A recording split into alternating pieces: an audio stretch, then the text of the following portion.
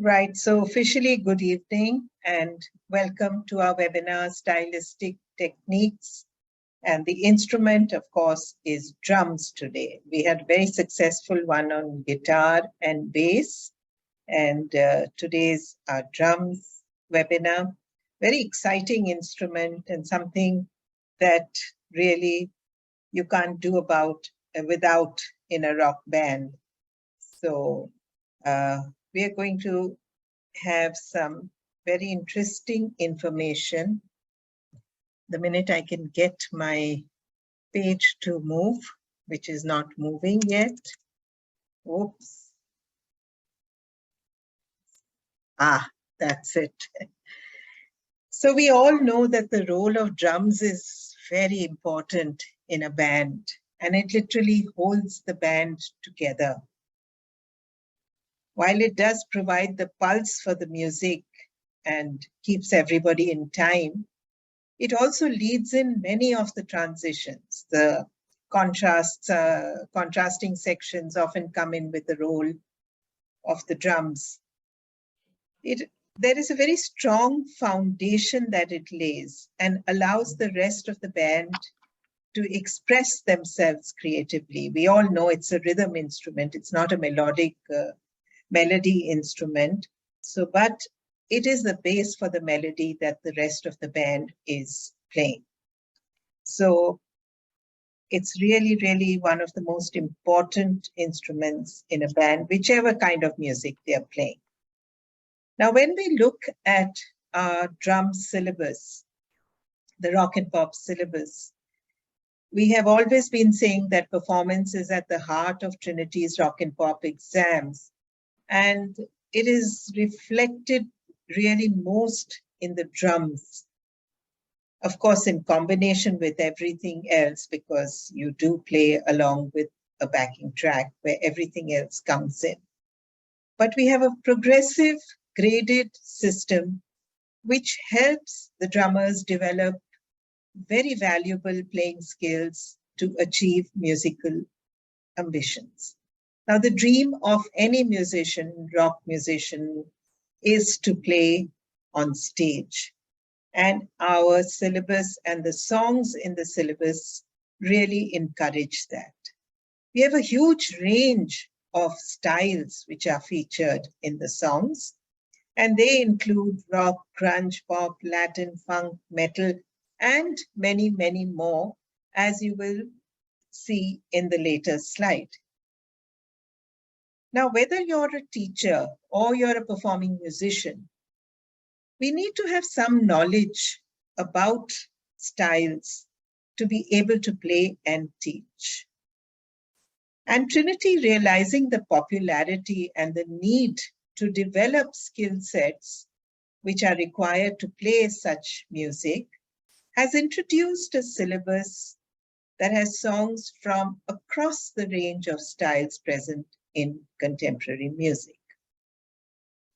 And we believe that taking our exams is not only about learning the songs, it is about understanding the various genres and turning it into a true performance. So this is really, really important to know and to remember when you do our exams. So if we look from initial to grade 8, we see a huge range of styles, many of them under the genre of rock. There's indie rock, there's folk rock, there's soul rock, there's alternative rock, there's everything possible. And of course, then you have pop and you have R&B, you have funk, you have shuffle, you have reggae, you name it, and we have a song for it. But of course, as you know, shortage of time. So the styles that we are featuring today, which we picked out, and we thought would be the most popular, are rock, R&B, blues rock, pop reggae, disco, soul rumba, funk, and shuffle. So we are going to be featuring these styles in our presentation today. And I'm going to ask Priya, my colleague, to come in and take this forward. Thank you, Anjali. Hello, everyone. So, rock, of course, always ever popular, the best known of all contemporary music genres. So, and something that has given birth to so many other subgenres. So, it's quite fitting, I think, that we kick off this session with some rock music. And to take you through this style and to demonstrate it, we have our consultant. I think all of you would be knowing him from Mumbai, Pratik Kulgod. So I'm very happy to invite Pratik to take over rock. All right. Thank you, Priya ma'am and Anjali ma'am. As I'm saying that, I hope I'm audible and clear. Yes, Okay. absolutely. Thank you, thank you. All right, let's begin. So, as Priya ma'am gave a very apt introduction to rock, a popular style of music that originated in 1960s and has its roots in rock and roll. A typical rock band has, as we all know, it consists of an electric guitar, a drum kit, singer, and bass guitar. Some bands sometimes have a keyboard player as well. Right, a sound of rock music is based around amplified electric guitar, simple but loud drum beats, gritty singing. All in all, a typical rock band is going to sound energetic, right? And we all know some popular rock bands: Metallica, Red Hot Chili Peppers, Pearl Jam, White Stripes. And White Stripes brings me to the next thing that we're going to talk about is the song that we've picked for you. We have picked this song called Seven Nation Army uh, from grade 1 of the rock and pop syllabus. But before that, let's talk a little bit more about what styles, what techniques are used in rock, right? Keith Moon popularly once said that I cannot play quiet. I'm a rock drummer, right? I think he could not have said it better. Rock drummers are loud. Rock drumming is a loud style of drumming. When you're playing rock music, you should play with power, conviction, and intensity, and make sure that the energetic emotion is conveyed through your playing, right? Pay special attention to your kick and snare hits as they need to be loud, confident, consistent, right? Rock music is traditionally built on the foundation of simple, sometimes syncopated rhythms in 4/4 time, and most of the time you would find repetitive snare and kick drum hits, sorry, snare hits on counts of 2 and 4. Right now, that brings me to the song that we've picked, Seven Nation Army. I'm sure the riff must have already started ringing in your head. It's a simple riff, but a super catchy one, right? So, because that riff is syncopated, the drummer plays a solid backbeat, right, during the verse and the refrain. Now, let me quickly demonstrate what's happening here.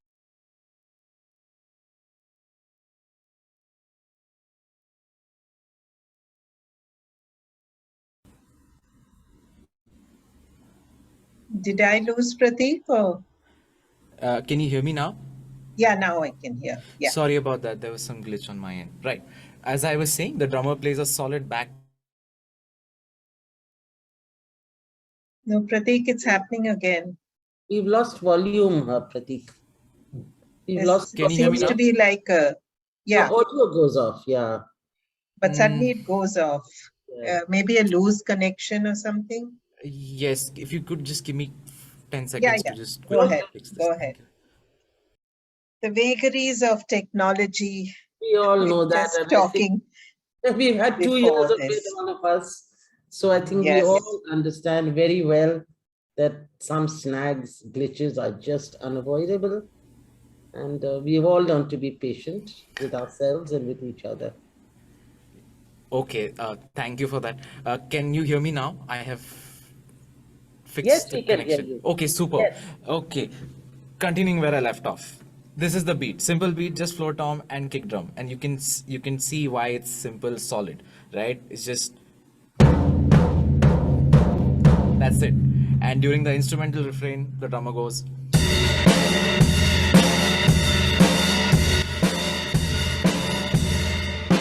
Yes, that's the power of rock. It's energetic, simple, plain. Right. Coming to the last point. Now, just because it's loud doesn't mean dynamics are ignored, right? I think all styles of music have dynamics in some or the other form. And over here, the second technique that is important is dynamic control, right? As you can see in the notation on your screen, there is a crescendo in bar 13 and 14, right? That's why, as I said, crescendo is important, dynamic control is important. Let me just show you how that works in this song.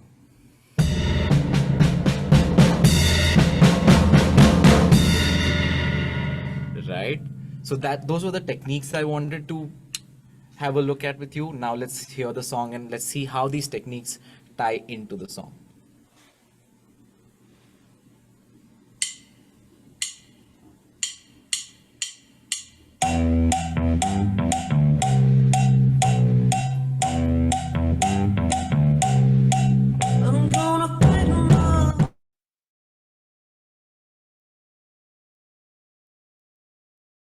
Okay, we've lost.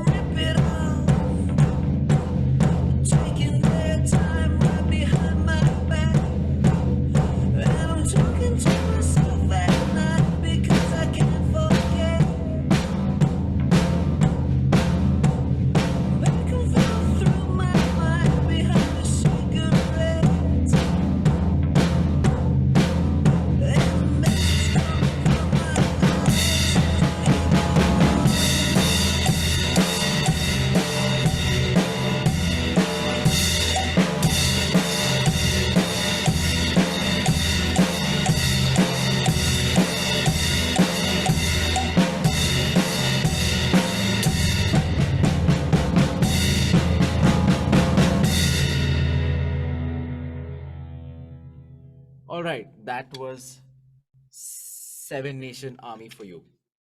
Thank you.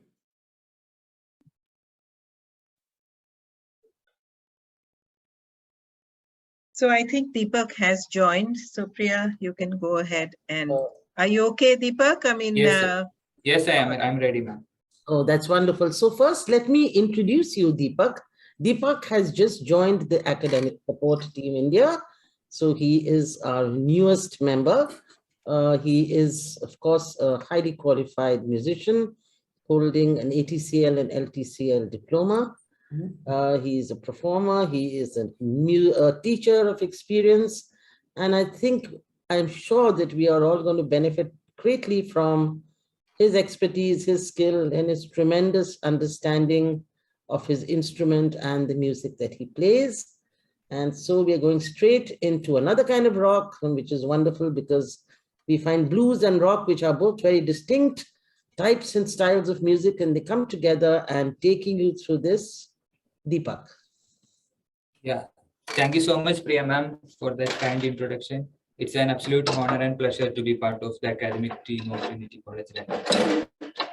Okay, so speaking about blues rock, so by the way, I am clearly audible, right? yes. Okay, so speaking of blues rock, as the name indicates, combines the elements of these two different styles, the blues as well as the rock. And it often follows the typical 12-bar blues or the 16-bar blues song structure with the standard 1-4-5 blues chord progression.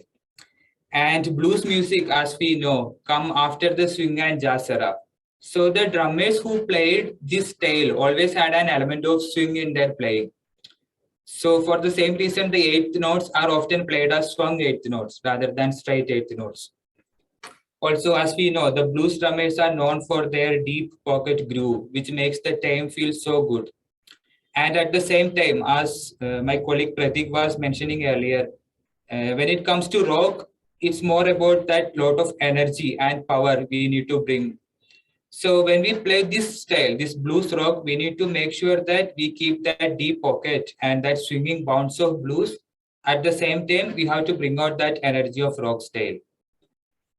Also, one of the most common characteristic feel used in this blues music, which is the shuffle, is very common in this style, while maintaining the backbeat on 2 and 4. All right, so in order to demonstrate this style, we have chosen the piece called Can't Get Enough from the grade 4 of our rock and pop syllabus. And this is a very famous tune by the band called Bad Company.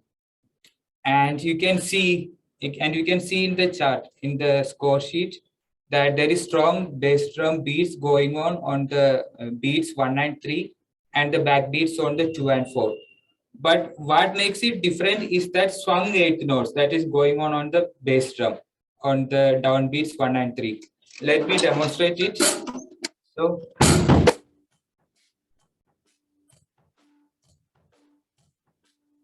yeah, you can see. So the eighth notes. Deepak, we kind of lost the sound.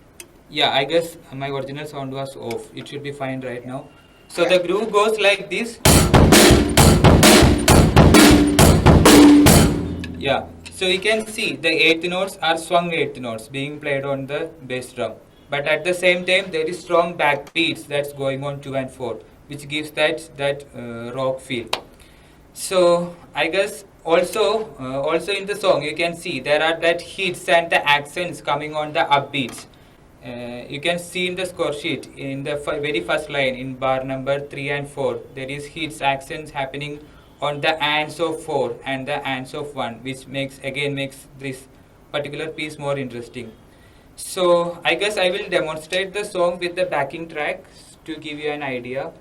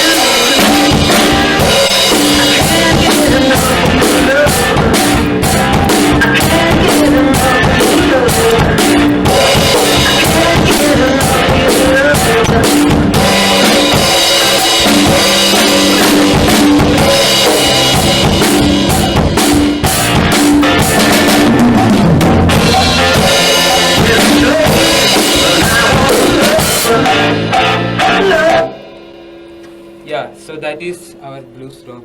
Thank you. I hope you all lowered your volumes because Deepak, you'll need to lower that a little bit. It was really loud. Okay, I okay. had to hold my headphones about 3 inches from my ears. All right, I will. Yeah. Yeah, you will Very next time. exciting. Yeah. Yeah, Sure. yeah. So we are having Pratik coming back now, and the style that he is going to be talking about is one of my personal favorites because it's got such a wonderful, infectious, catchy kind of beat as it should because it's rhythm and blues, and it's got influences from so many different kinds of music and going back almost 100 years. So it's intensely rich, complex, and popular kind of style of music, and I think drummers really enjoy it. So Pratik, would you like to take it on from here? Yes, absolutely. All right. So, rhythm and blues, R&B, right? A style that was originally popularized by African American musician, but now has absolutely become a distinctive style of music, and it has its own unique characteristics, right? Now, it takes a lot of influence from gospel, jazz, and soul music.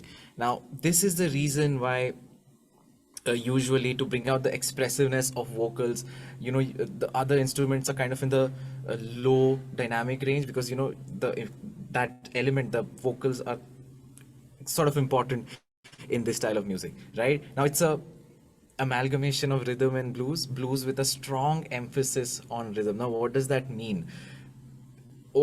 Originally, or traditional blues had this slow dirge kind of feel to it, right? But then when that evolved into R&B, there was much more emphasis on tempo. It was faster than the traditional blues, and hence the term rhythm, right? It also, a lot of times you'll find that the drums and bass lock together, and it will be evident when we listen to the and play the song that we have chosen for you today.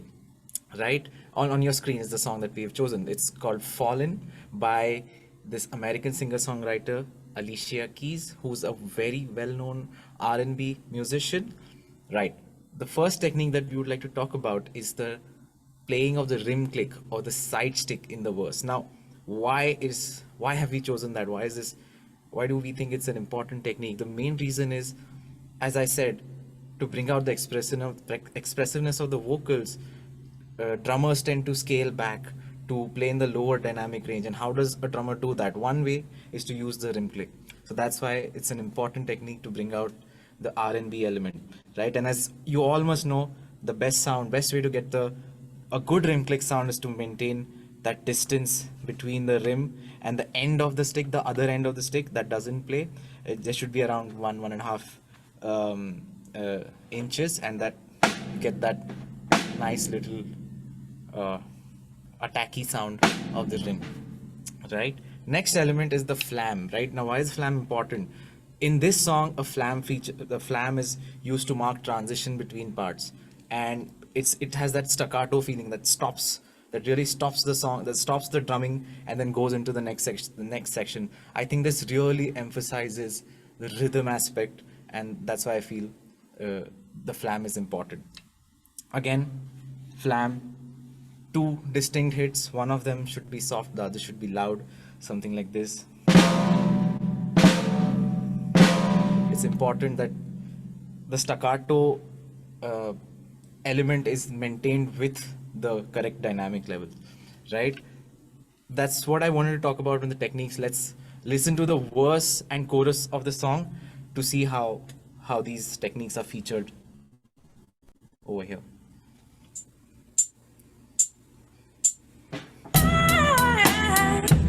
I never felt this way. How do you give me so much pleasure, cause me so much pain? Just when I think of taking more than what a fool, I start falling back in love with you. I keep on falling in and out of love with you. I never loved someone the way I love you.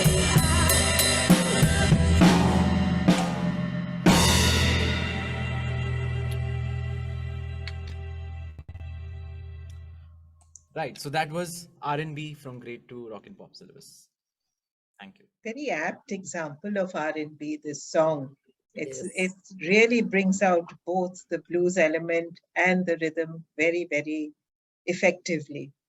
Absolutely, Anjali, absolutely. So, and we have Deepak coming back now with a song that was all the craze in the 70s. It was such a craze that it actually played quite a prominent role in some Bollywood numbers as well, as I'm sure you know. So, disco is still popular. And of course, the disco drumming is a unique technique which Deepak is going to talk about. Deepak? Yeah, thank you, Priya ma'am. So, speaking about disco, as we know, disco is the music style that became popular in the 1970s. And Young is the man who popularized this style of drumming for the first time. And his drum groove on the track The Love I Lost by Harold Melvin and the Blue Notes became an instant hit. If you haven't already heard this track before, please check it out after this. You can hear his incredible drum groove on this track. So this song was a game changer, and even other disco artists of that time like Gloria Gaynor, Donna Summer and the Bee Gees, they quickly picked it up. And the drum groove started to be known as disco groove, often called as disco beat. And it's sometimes also called as four on the floor disco beat because of that consistent four quarter note pulse that is steadily going on the bass drum. And it became sort of a trademark of the disco music. This particular groove sort of became a trademark of the disco music as well as the electronic dance music. And this is a very essential groove that all drummers need to have a firm grasp of, and actually it is more challenging than it seems. So let's have a close look at this particular groove. So as I said, so the bass drum must play consistently on all the four quarter notes. 1, 2, 3, 4. That So that steady pulse is still there. It's keep on going.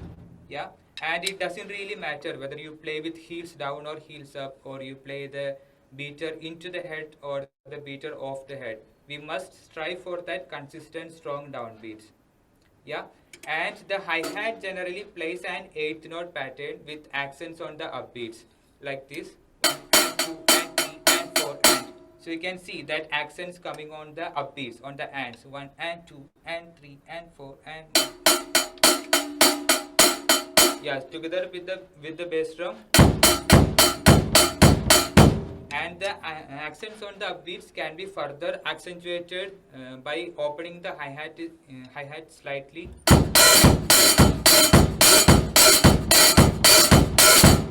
And actually this is where the first challenge for a beginner drummer arises, because of that independence required between the right foot and the left foot in order to pull it off. So the bass drum is slamming away with a lot of energy, while the hi-hat only needs to be opened ever so slightly for that correct open sound. And if you use the same amount of pressure on the hi-hat pedal that you are using on the bass drum pedal, the hi-hat is going to sound too airy and sloppy. So one has to develop that independence between the foot in order to play this groove effectively. And the second challenge involves the hands.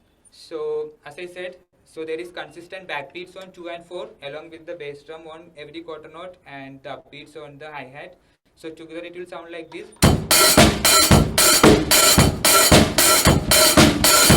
So you can see the snare must play a consistent backbeat on 2 and 4 while the hi-hat is playing upbeats. So this sort of creates a counter motion between the hands, and again the physical independence between the hands become necessary in order to play this groove essentially.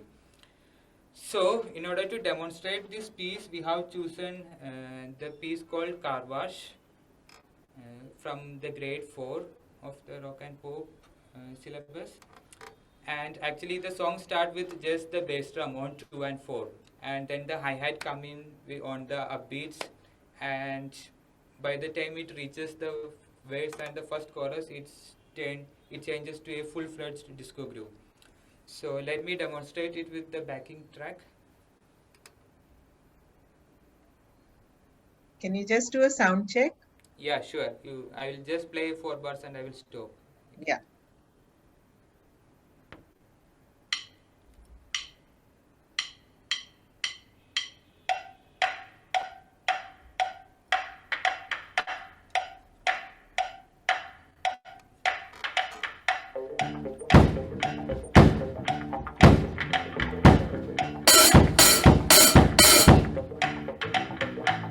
Is it sort of okay? Yes, it's fine now. I think so. I think it's fine. Yeah. Okay. So,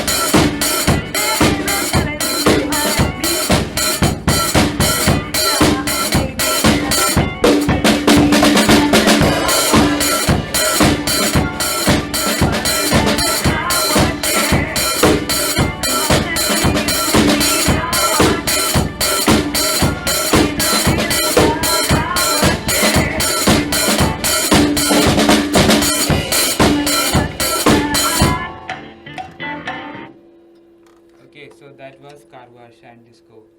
Thank you. Thank you, Deepak. Beautifully explained. I think, I hope all of you enjoyed that. I understood a lot, but if I go to play it, I'm sure it'll never happen. All these left foot and right foot, hands and everything. I know, but Well, so well drums, explained, really. yeah, very You know, well explained. wonderful Very well learning explained. experience for all the musicians, drummer or not. So Hope we you are, agree with that, yes, really. the audience. Thank you. Yes, please put your comments in the chat if you have anything to say, comments, views, anything like that. And in the meanwhile, we're coming again to a fusion of styles. I often wonder what would reggae be, the reggae sound without the drums? Pretty much nothing, because the beat is so distinctive that reggae is really very, very dependent on the drums to bring out that sound. And of course, reggae has also lent itself over the years since it was, let us say, when it was founded, really, to a variety of other genres, including pop. So, Pratik is going to take us through a very interesting song and something about the stylistic techniques. Pratik? Yes, thank you. That's it couldn't be explained better. Drums are absolutely central to reggae, and to the style that we are looking at today is pop reggae, which is an amalgamation of pop and reggae. Right? Reggae originated in Jamaica in 1960s and is the music of Rastafarians. Any Bob Marley is considered as the pioneer of reggae, and any mention of reggae is absolutely incomplete without him. Reggae has these distinctive, unique patterns that I think it's important, very important for reggae music to have those patterns. Otherwise, it's not reggae. A lot of musicians will might say that, right? Music accents the second and the fourth beats, while the drum emphasizes the third beat, which creates a unique phrasing in reggae, right? The song that we're looking at today is called Private Life. It was originally written by Chrissy Hind and Grace Jones and released in 1980. It became an instant chart topper after its release. Right now, the song blends elements of reggae with the modern sound of pop.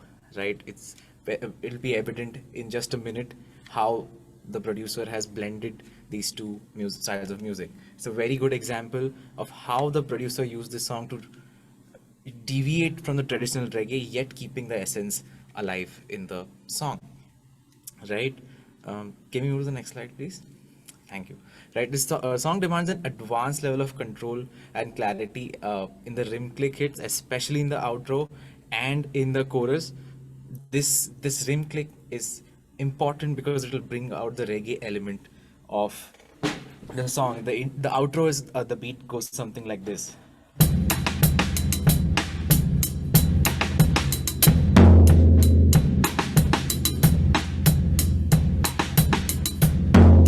As you can see, there is the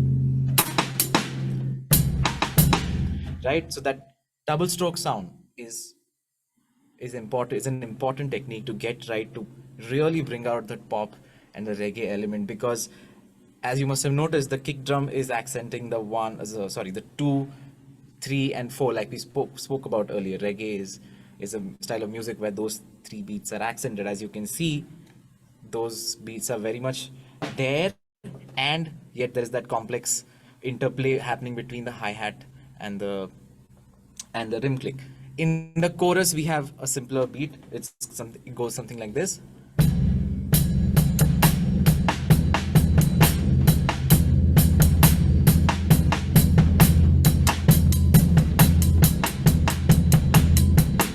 Right? So that's your chorus beat. Again, as you must have noticed, the rim click is absolutely crucial here. Next, the pop feel is again maintained by a use of drum rolls around the drum kit along with dynamics. So moving around the drum kit along with a good dynamic control is another important technique which will really highlight the pop element. So something like this.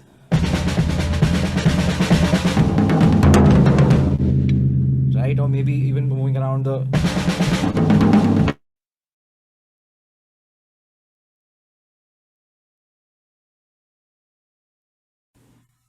We lost sound. Yes.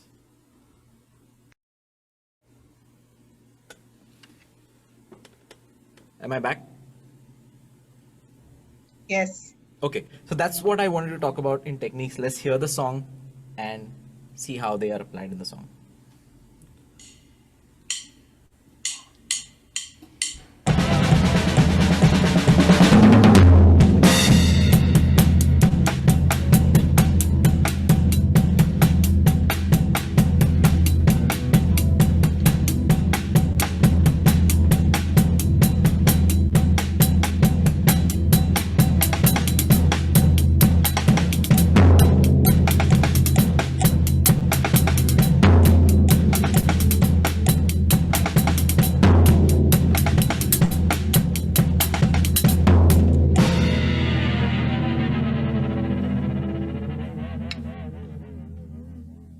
Right, so that was Private Life from grade 6. Thank you.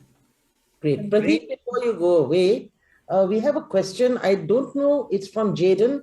And maybe if you could just Yeah, answer. that's pertaining to the song before, I Priya. was not sure whether To it was. Deepak's song. Deepak, the question was, what kind of foot position is better, leg raised or leg kept flat? I think Deepak had answered that. In fact, he talked about Yeah. that. Said either. Yes, either is fine, but it's just the steadiness that has to be maintained. Is Yeah, that so right? for a, can I speak? Yes, sure, Yes, sure. yes, of Yeah, course. so for a beginner drummer, I would recommend to go with heels up because that's helpful to bring out that power on the bass drum. Because when you play with your heels up, the whole weight of the leg will comes into play. And yeah, so for a beginner drummer, I would definitely recommend to go with heels up. Yeah, Yeah. Okay. Thank you. Thank you, Deepak. yeah. So, Jaden, I hope And that's answered your question. And yeah, and before we move on, I have to say, Pratik, that was really nice. I mean, it's such a beautiful style, reggae, and you made it sound so simple. I'm sure it's not that simple. This is a yeah, grade 6 song, so I'm sure there's a lot more to it than what we heard as such. I It love the sounded way so, I love the way you showed how it fused with pop. I mean, it yeah, created such a different sound to reggae. You know, that heaviness was kind of leavened by a slightly that pop, lighter pop feel, and the dynamics. It was really exciting. So I think we all really enjoyed that. Thank you so much. Thank you so much. So we are having Deepak back and yes. with going into funk. And of course, funk is another style that draws its roots from so many others. And it has the most infectious drum grooves imaginable. It's it just keeps you moving. So Deepak, take it on from here. Yeah, so thank you, Priya ma'am. So funk, as we know, funk is a style of music that emerged in the late 1960s and the early 1970s with a heavy influence from R&B, soul and jazz music. And of course, one cannot speak of funk without mentioning about James Brown, who is considered as the godfather of this style of music. And James Brown always had a team of legendary drummers around him, like Clyde Stubblefield or Jabo Stax, who really defined the sound of funk drumming. And from a drummer's perspective, funk is all about syncopated snare drum pattern as well as clean, sleek hi-hat openings. And funk, we can say funk is more of a language of the hi-hat. Yeah, so while the rock is more of a language of the bass drum and the snare, while the jazz is more of the language of the ride cymbal. So in order to play the funk effectively, one should have really control over this instrument, uh, the hi-hat. Also, funk need to be played with a lighter and softer feel. You cannot play it bombastically, just like the way you are playing rock. So in order to just demonstrate the point that I just mentioned, maybe I will just play a very famous funk groove which sort of defined the funk drumming for the first time. It's again from a James Brown tune called Cold Sweat. So actually this particular groove became so popular and this song has one of the most sampled drum break of all time in the history of music. So here is the Cold Sweat groove which goes like this.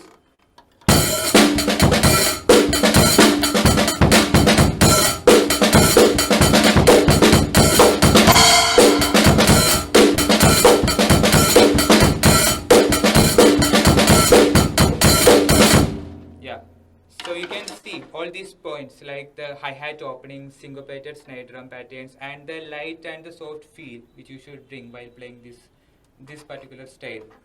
And also the pioneer drummers of this style like Clyde Stubblefield or Jabo Stack, they had an element of swing in their playing because that is what they have grew up with, the swing and jazz, as well as they were essentially jazz drummers who were playing this new style.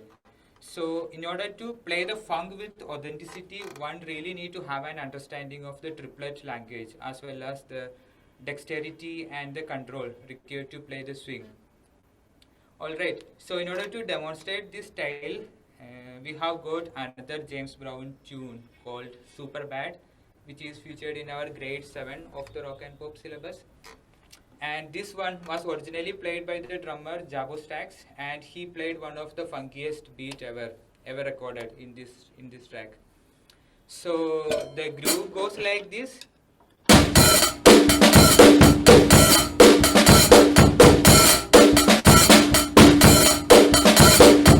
So you can see Jabo skillfully incorporated his trademark open hi-hat on the end of beat 193 on the end of 193 while he plays the syncopated snare hit. And so, and also this is one of the very few funk grooves where the snare is actually playing on beat 1. Okay, so let me just demonstrate this one with the backing track. So actually again this song is most of the time it's groove and groove alone that is going on throughout the song. That is one specialty of these drummers and this style. There is no flashy fills going in between. It's just playing the groove and making the groove feel so good. Yeah, so let me just demonstrate it with the backing track.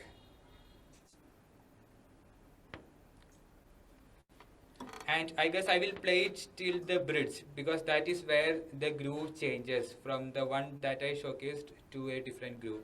So I'll play it from the beginning till the first bridge of the song. 1, 2, 3, hit it!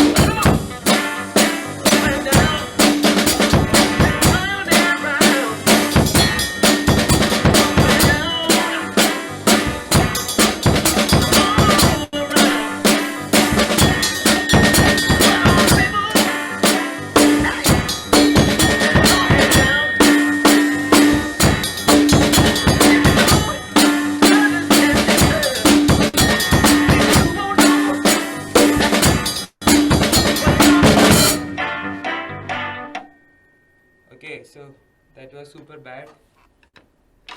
Thank you. It was probably super good from what we I was heard. I was very tempted to say this, so I had to say it Yes, before you did, Priya. I think we all both think alike. Yeah, Deepak, super good playing of super bad. Yeah, thank you, ma'am. Right. So we move on. The second last style that we are featuring. Yes, we are now coming to, again, a fusion of a very popular Latino style of dance, that's the rumba. And soul, of course, soul has been around almost as long as America has. Well, certainly since the early 20th century. And Pratik, it's got a lot of complexities, this style, and Pratik is going to explain and, of course, demo them. All Pratik. right. Thank you so much. Right. So we have soul rumba. Now, soul is a popular music genre that originated in America almost a century ago. So this style is almost 100 years old. That's such an amazing thing. Rumba, as we know, is a popular choice of Latino dance music, and it has such catchy rhythms. This will be evident in just about a minute, right? Soul as a style of music evolved from a mixing of gospel music and jazz. Today, we are looking at a number by Ray Charles. It's a popular number. Ray Charles had a very iconic and distinctive sound. It has made him one of the most influential musicians of all times, right? The thing that makes this song special is the fact that it was actually improvised on stage when Ray Charles ran out of songs and there were some more minutes left for his set, and just the song came out of the blue, and it is such a well-written song. I was actually surprised to know that it's an improvised song. The name of the song is "What Did I Say" by Ray Charles. Right? It derives its dance elements from rumba, as we mentioned before. It's a Latin American style of music, which has catchy rhythms and it's used for dance. Right? The technique that's most pronounced in this song is the flexibility of the wrists or fingers in playing the right cymbal pattern. Now, why have we picked this? Why have we chosen the flexibility of wrists or fingers? Basically, that comes from the element of having catchy rhythms, right? It's used for dance, so the catchy rhythm. So the catchy aspect of this beat comes mainly in the right cymbal. Let me demonstrate. This is the rhythm that's used in the right cymbal.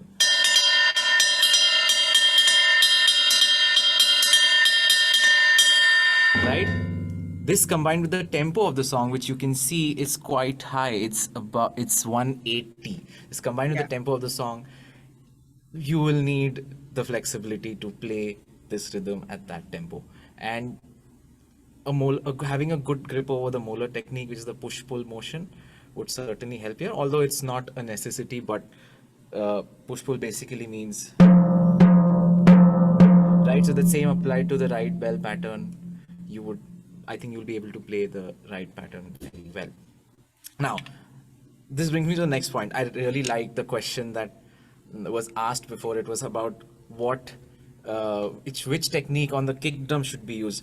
I think in this song, the heel down technique would make more sense. The reason for that is, as we said, it's a dance form, right? And Latin music is easygoing, laid back. So again, the drummer should tend to take the dynamics a little lower. And what brings the dynamics lower is the heel down technique. Usually the heel up has more power, but the heel down is more feather touchy, more light, something like this. Compared to the heel up, loud and powerful. The heel down is, right, more laid back. And obviously, last but not the least, this song uses the drag rudiment.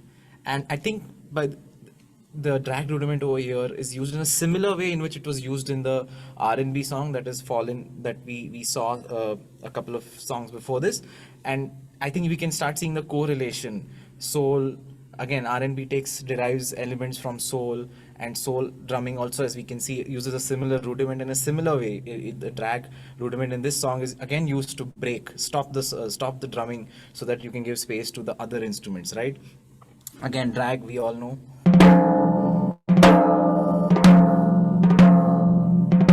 So those two little notes and the one loud note, the dynamic difference again is important, right? Let me just quickly demonstrate the beat and then we will listen to the song, right? This is how it goes.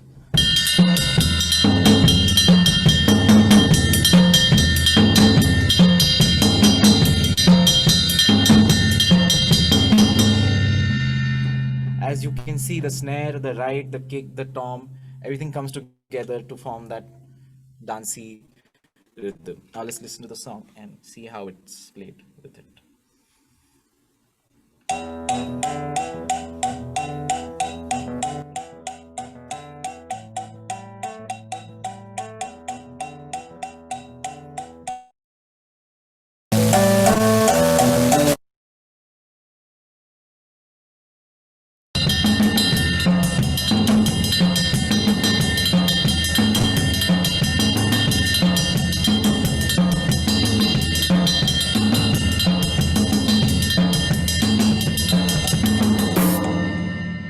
Right?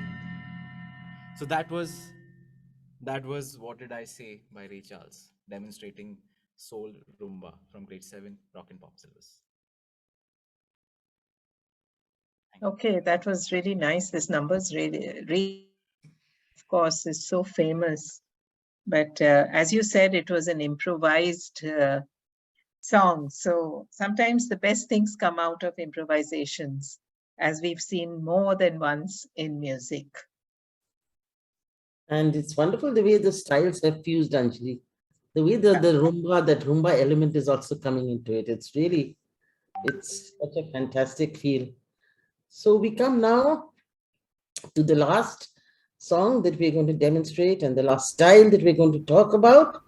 And that's shuffle, which is a very, very challenging style for all drummers. I'm sure you already know that. And of course, it's bouncy, it's kind of jazzy, it's early jazz. You find a lot of numbers on Broadway musicals that have the shuffle beat. And Deepak is going to take you through this one and wrap up the session. So Deepak, please take over. Yeah, thank you, Prema. So, speaking of shuffle, when we talk about shuffle, there are mainly two key rhythmic elements that comes into play, which are the swung eighth note and a steady quarter note pulse. While the straight eights are evenly spaced, as you know, let me just show the difference. The straight eighth notes are evenly spaced, one and two and three and four, and while the swung eighth notes are played in the first and the third partial of the triplet, which goes like one, a two, a three, a four, a one. Yeah. So the history of shuffle goes back to the beginning of jazz because the swung eighth feel dominated the world of dance music, and it was at the heart of American pop until rock and roll straightened out the eighth notes in the mid 50s. Alright, so the song we have chosen in order to demo this shuffle is Rosanna by Toto, which is featured in the grade 8 of our rock and pop. And this song became so popular because of drummer Jeff Porcaro's incredible halftime shuffle groove, also commonly known as Rosanna shuffle groove. And the groove on Rosanna became an iconic drum groove of all time in such a way that when we speak about the halftime shuffle, there is no better example than Rosanna. And Jeff himself explained later how he came up with this particular groove. So he took inspiration from the Bernard Purdie shuffle on Home at Last by Steely Dan, as well as the John Bonham shuffle on Fool in the Rain by Led Zeppelin. So the Bernard Purdie shuffle goes like this.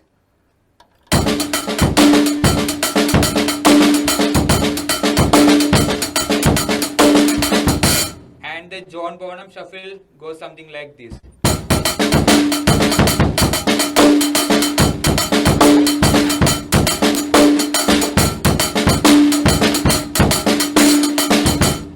So what Jeff did is he skillfully combined these two grooves and he added a Bo Diddley parent on the kick drum.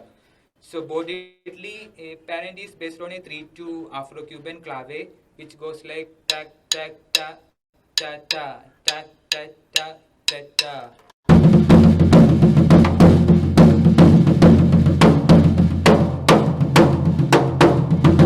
Yeah, so he just took those accents of the Bo Diddley parent and put it on the bass drum, and he came up with that whole groove. The whole groove will sound like this.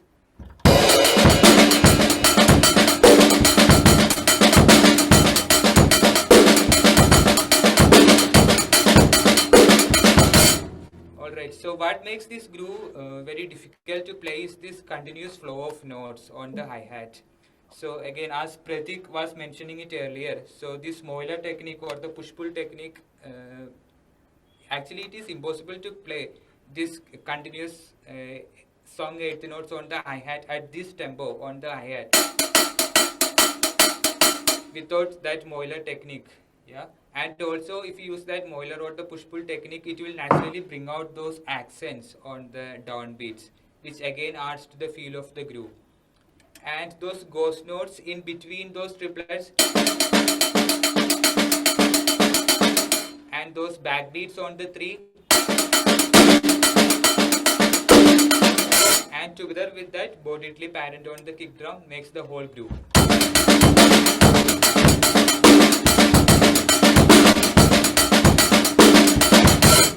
Alright, so let me demonstrate this one with the backing track.